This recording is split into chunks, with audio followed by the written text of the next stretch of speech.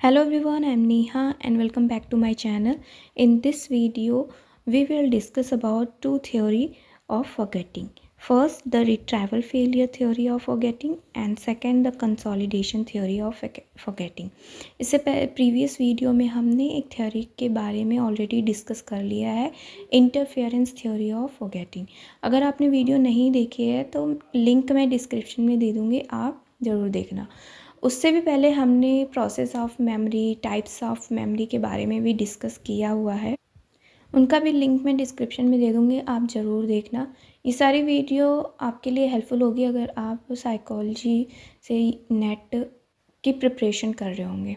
ठीक है, सो topic start करने से पहले अगर मेरी वीडियो आपके लिए हेल्पफुल हो तो प्लीज़ लाइक करना, अपने फ्रेंड्स के साथ, बैचमेट्स के साथ शेयर करना और मेरे चैनल पे नए हैं तो प्लीज़ मेरे चैनल को सब्सक्राइब करना फॉर मोर वीडियोस। अगर आप लाइक, शेयर एंड सब्सक्राइब करते हैं तो मुझे मोटिवेशन मिलता है ऐसे ही वीडियोस अपलोड करने का। So let's begin the topic.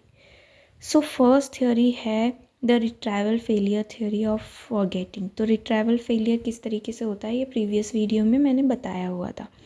तो बेसिकली एंडल टल्विन ने इस थ्योरी को डेवलप किया था इन द ईयर 1974 में।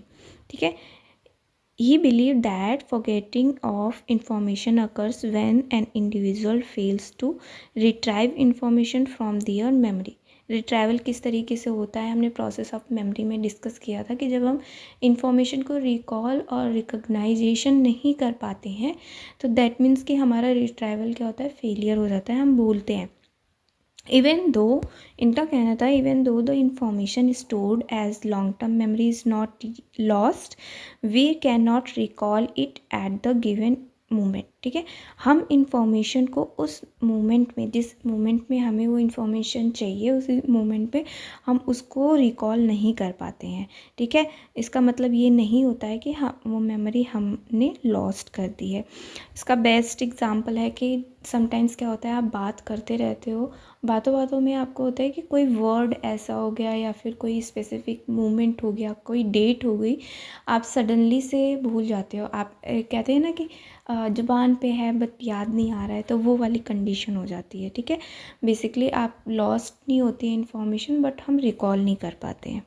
ठीक है, अकॉर्डिंग टू टल्विन। ठीक है, तो दो मेन रीज़न होते हैं failure in memory retrieval. First ये है कि या तो हमारी जो इन्फॉर्मेशन है उसकी एनकोडिंग ही फेल हो गई है। ठीक है, जिससे कि वो लॉन्ग टर्म मेमोरी में इन्फॉर्मेशन बनी ही नहीं है। ठीक है, ट्रांसफ़र ही नहीं हुई है। Also there could be a retrieval failure.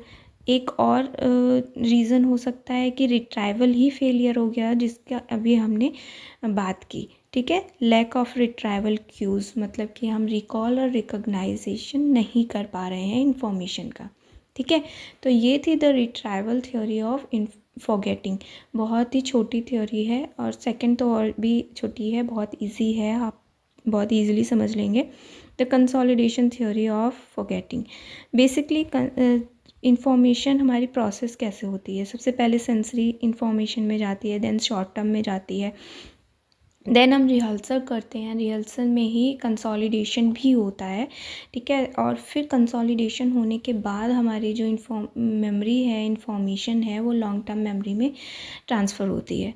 तो कंसोलिडेशन का मतलब क्या होता है कि मान लीजिए आप किसी एग्ज़ाम के प्रिपरेशन कर रहे हैं। ठीक है, अब जो भी टॉपिक आप पढ़ते हैं उसको रेगुलरली आप रिवाइज़ करते हैं। ठीक है, रेगुलरली आप रिवाइज़ कर रहे हैं तो वो इन्फॉर्मेशन बहुत स्ट्रांगली आपके लॉन्ग टर्म मेमोरी में क्या होती है, कन्वर्ट हो जाती है, आप उसको भूलते नहीं हो। ठीक है, ये हमारा कंसोलिडेशन प्रोसेस होता है। ठीक है, तो इसको थ्योराइज्ड किया था जॉर्ज मुलर ने एंड एल्फन पिल्सकर इन 1900 में। बेसिकली इन्होंने बताया कि ये कंसोलिडेशन कब इंटरप्ट होता है, फिजियोलॉजिकल एविडेंस के through, physiological aspect of forgetting. ठीक है, जब हम हमारा कंसोलिडेशन प्रोसेस इंटरप्ट होता है तब हमें ये प्रॉब्लम भूलने की होती है। अब कंसोलिडेशन प्रोसेस किस तरीके से इंटरप्ट होता है, या तो हमें हेड ट्रामा हो सकता है, या एक्सेसिव अल्कोहल, या फिर हमने इंटरफेरेंस की बात की थी वो भी एक इशू हो सकता है, और ईसीटी का फुल फॉर्म होता है इलेक्ट्रोकन्वल्सिव थेरेपी। ये इन्वॉल्व होती है brief electrical stimulation of the brain. ठीक है, इस थेरेपी को यूज़ किया जाता है, एक मेडिकल ट्रीटमेंट होता है, मोस्ट कॉमनली यूज़ होता है पेशेंट पे विथ सीवियर मेजर डिप्रेशन और बाइपोलर डिसऑर्डर के लिए। जहाँ पर अदर ट्रीटमेंट काम नहीं होते हैं, रिस्पॉन्ड नहीं करते हैं, उसकी वजह से ईसीटी थेरेपी को यूज़ किया जाता है। जब इस ब्रेन में इलेक्ट्रिकल स्टिमुलेशन दिया जाता है तो उसके बाद जो पेशेंट होता है ना, वो कुछ टाइम के लिए रिकॉल नहीं कर पाता है इन्फॉर्मेशन को। ठीक है, जिससे कि उसकी कंसोलिडेशन प्रोसेस क्या होती है, इंटरप्ट होती है। ओके, तो ये जो कंसोलिडेशन मेमोरी होती है, प्रोसेस जो होता है, ये हमारे जो डिस्ट्रप्शन होता है उसको प्रिवेंट करती है। ठीक है, मेमोरी में जो डिस्ट्रप्शन होता है उसको प्रिवेंट करती है अगर कंसोलिडेशन प्रॉपर तरीके से प्रोसेस होता है। ठीक है, कंसोलिडेशन के थ्रू ही, जैसा मैंने स्टार्टिंग में बताया, कि जो हमारी मेमोरी होती है, जो हमारी इंफॉर्मेशन होती है, वो शॉर्ट टर्म मेमोरी से लॉन्ग टर्म मेमोरी में कन्वर्ट होती है, जो कि फॉरगेटिंग को रेसिस्टेंस करती है। ठीक है, ओके, तो ये था दो थ्योरी जो बहुत ही ईजी थी और बहुत ही ईजी लैंग्वेज में मैंने एक्सप्लेन किया है। आई होप ये टॉपिक आपको समझ में आया तो लाइक, शेयर एंड सब्सक्राइब ज़रूर करना, और प्रीवियस वीडियोस अगर आपने नहीं देखी है तो आप उनको ज़रूर देखना, जिससे कि आपको रिट्राइवल एंड कोडिंग के जो मीनिंग्स हैं ना, वो और अच्छे तरीके से समझ में आ जाएंगे। ठीक है, नेक्स्ट वीडियो में न्यू टॉपिक के साथ मिलते हैं। तब तक मेरे वीडियोस को देखते रहिए, पढ़ते रहिए, हैप्पी रहिए। Thanks for watching.